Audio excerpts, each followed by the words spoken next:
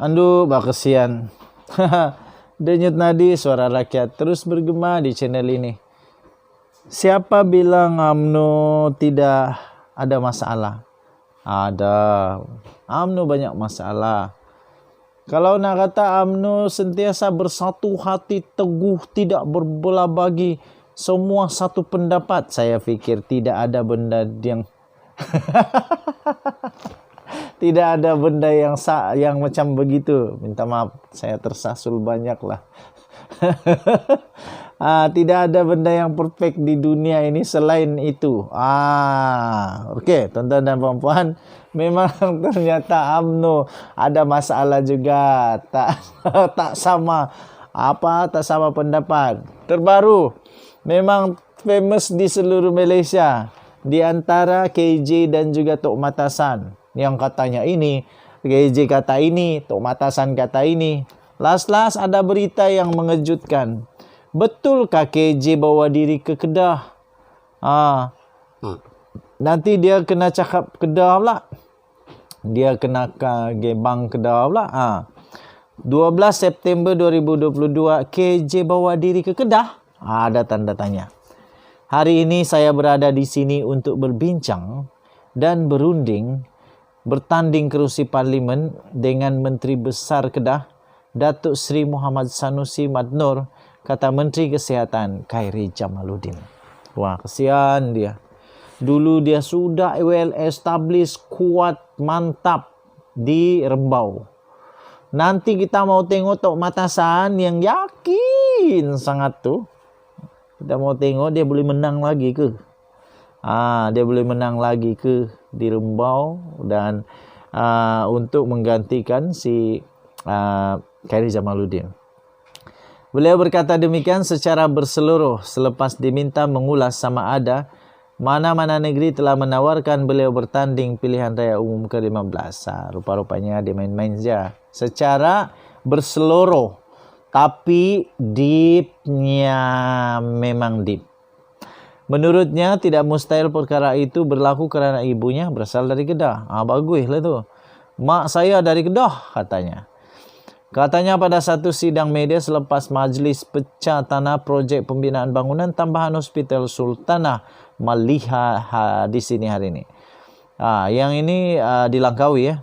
Majlis perasmian itu telah disempurnakan oleh Sultan Kedah, yaitu Al-Aminul Karim Sultan Salehuddin Sultan Badli Shah dan Sultanah Kedah Sultanah Maliha Tengku Arif.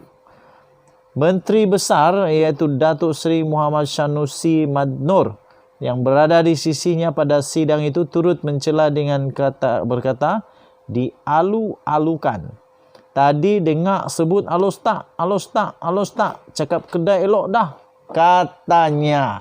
Wow.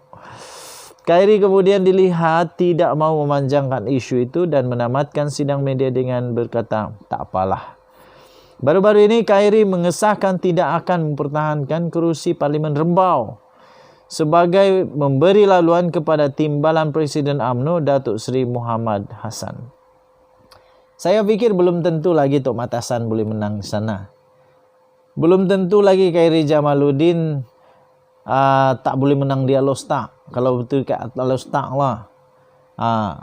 Belum tentu lagi Tok Matasan boleh tukar Khairy Jamaluddin di Parlimen Rembau. Tapi mungkin Khairy Jamaluddin lebih berharga bagi penduduk-penduduk, orang-orang rakyat jelata di Parlimen Rembau daripada Tok Matasan. Tak ada siapa yang tahu. Yang dapat kita tahu nanti apabila pilihan raya, kita boleh tengok siapa yang dipilih rakyat, siapa yang diterima rakyat sebagai ahli Parlimen Rembau. Denyut nadi suara rakyat balgoma di channel ini. Kita jumpa lagi Bye-bye. Wow, ini mengejutkan tuan-tuan dan puan-puan. Di awal pagi kita dikejutkan dengan satu berita. Tajuk berita yang memang dahsyat, mengejutkan. Saya pun tidak terfikir berita ini punya tajuk begini besar, hebatnya dan sebagainya. Najib Razak sudah berada di penjara menghampiri sebulan. Dan persoalan sekarang, apa keadaan Rosma Mansur di rumah?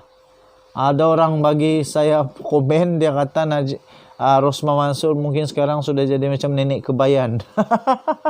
Ada yang cakap macam ahli sihir, ada yang cakap tak macam-macam lagi lah. Tapi saya kata tak baik tau cakap begitu dekat orang tua. Rosma Mansur dah tua, janganlah kasih main-main dia lagi, kesian dia. Sudahlah dia kena jatuh hukuman penjara sudah 10 tahun. Denda hampir 1.978 juta kalau tidak silap.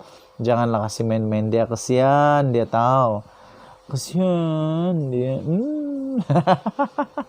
Okey.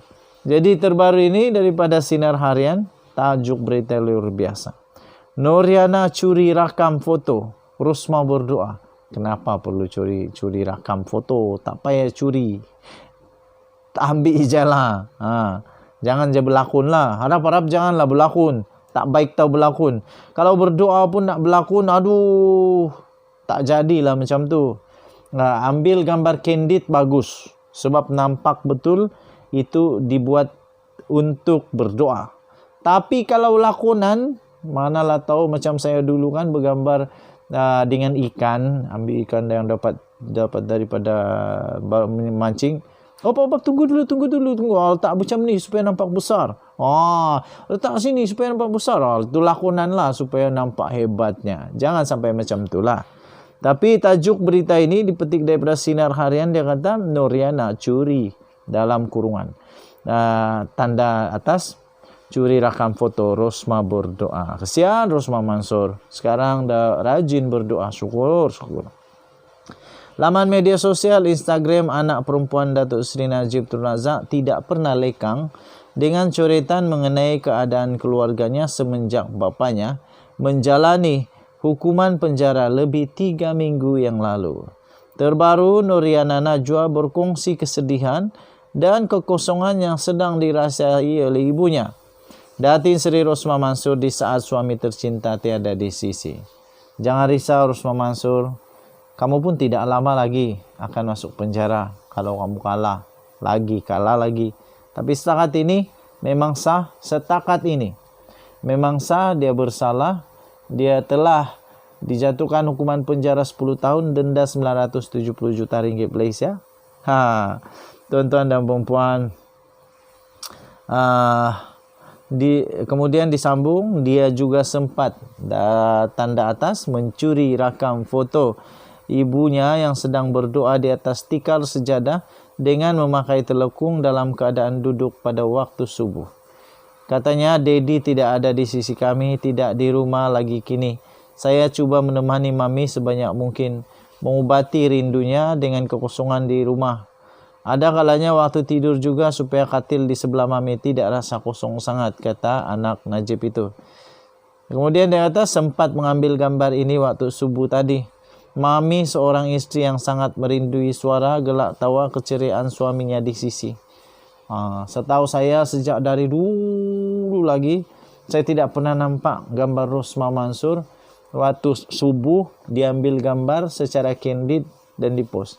Tapi sekarang ternyata Rosma Mansur memang sembahyang subuh. Salut. Aku respect yang ini.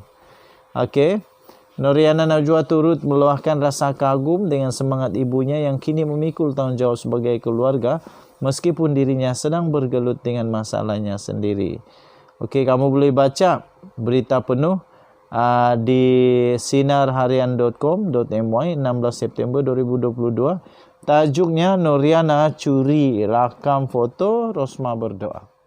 Kita jumpa lagi. Bye.